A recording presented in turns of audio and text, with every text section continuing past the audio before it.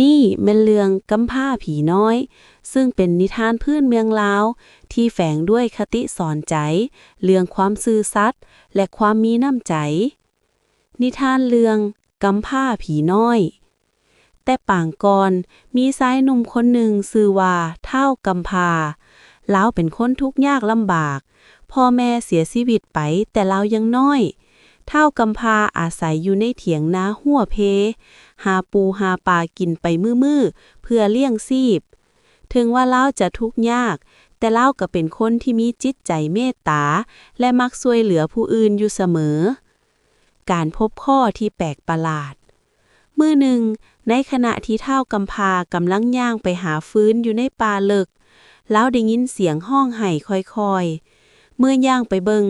ลาวได้พบกับผีน้อยตนหนึ่งที่ติดบ่วงนายพรานบ่สามารถออกมาได้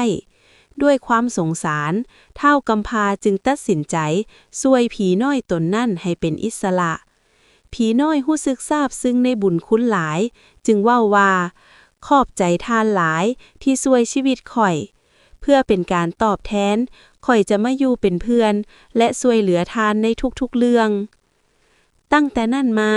ผีน้อยก็ค่อยช่วยเหลือท้าวกำพร้าในการเฮ็ดไร่เฮ็ดนาสิ่งที่น่าอัศจรรย์คือบ่ว่าท้าวกำพร้าจะเฮ็ดหยังก็จะประสบผลสำเร็จอย่างง่ายดายผีน้อยได้มอบของวิเศษบางตำนานว่าเป็นไซวิเศษหรือแหให้ท้าวกำพร้าซึ่งเมื่อใดที่เอาไปซอกหาปลาก็จะได้ปลาค้ำหรือของมีค่าขึ้นมาเสมอจากคนทุกข์ยากท้าวกำพร้าก็เริ่มมีอยู่มีกินและมีชื่อเสียงโด่งดังไปทั่วบ้านทั่วเมือง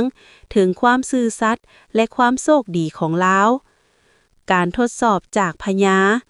ความชื่อเสียงของท้าวกำพร้าไปฮอดหูของพญาเจ้าเมืองพญาผู้ที่มีความโลภมากอยากได้ของวิเศษจึงได้เอิ้นท้าวกำพร้าเข้ามาเมืองและท้าทายให้แข่งขันกันพญาบอกว่า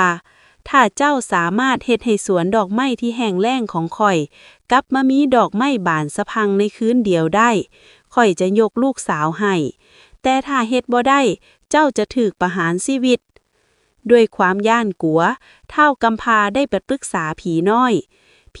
ยิ้มแล้วบอกว่าท่านบ่ต้องกังวลจงนอนให้สบายเถิดในคืนนั้นผีน้อยได้ห้องขอให้เหล่าเทวดาและพวกพ้องผีสางมาช่วยกันเนรมิตสวนดอกไม้จนงามวิจิตรกว่าเก่าเมื่อฮอดตอนเช้าพญาเจ้าเมืองตกตะลึงในสิ่งที่เห็นและต้องยอมรับในความสามารถและบุญบารมีของท้าวกำพร้า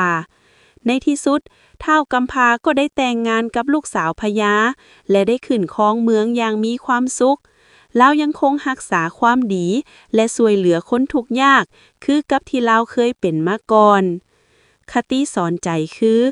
คนดีตกน้ำบ่ไหลตกไฟบ่ไหม้ความเมตตาและการช่วยเหลือผู้อื่นจะนำพาผลบุญมาให้เฮาในยามที่เฮาลำบากที่สุด